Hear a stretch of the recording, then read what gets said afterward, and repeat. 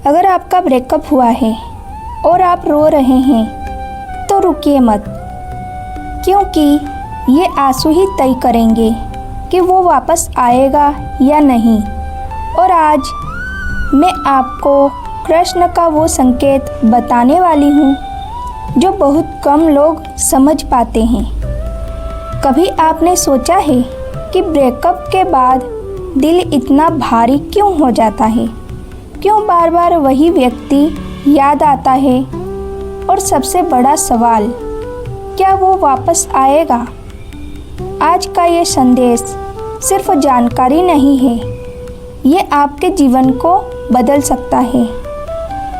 जब आपका रिश्ता टूटता है तो सिर्फ एक इंसान आपसे दूर नहीं जाता, आपके सपने, आपकी उम्मीदें, आपकी आदतें सब टूट जाती है। और यही कारण है कि दिल रोता है। लेकिन सुनिए, रोना कमजोरी नहीं है, रोना सफाई है आपके मन की। कृष्ण कहते हैं, जब मन भारी हो तो उसे दबाओ मत, क्योंकि दबा हुआ दर्द जीवन को अंधकार में ले जाता है। जब आप रोते हैं तो आप अपने भीतर जमा हुए दुख को बाहर निकालते हैं।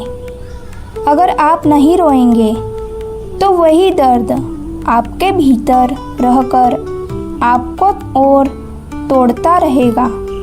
इसलिए अगर दिल रोना चाहता है तो रोइए, अगर याद आ रही है तो आने दीजिए, क्योंकि यही प्रक्रिया आपको मजबूत बनाती है। ब्रेकअप के बाद लोग क्या करते हैं? अपने मन को रोकते हैं, स्वयं को समझाते हैं मैं ठीक हूँ, या फिर तुरंत किसी और में ध्यान लगाने की कोशिश करते हैं। लेकिन सच्चाई ये है, आप ठीक नहीं होते, आप सिर्फ छुपाते हैं। और यही छुपा हुआ दर्द आगे चलकर और बड़ा घाव बन जाता है। कृष्ण का एक गहरा संकेत है, सत्य से भागोगे तो शांति नहीं मिलेगी। इसलिए अपने दर्द को स्वीकार करना हीलिंग का पहला कदम है। अब सबसे बड़ा सवाल, क्या वो वापस आएगा? इसका जवाब सीधा नहीं है, लेकिन संकेत साफ है। कृष्ण कहते हैं, जो आपका है वो कभी आपसे दूर नहीं रह सकता, और जो आपका नहीं है उसे रोकना व्यर्थ है। अब ध्यान से समझिए, अगर वो व्यक्ति बिना कारण चला गया, आपके भावनाओं की कदर नहीं की, आपको बार बार दुख दिया, तो उसका वापस आना आपके लिए सही नहीं होगा।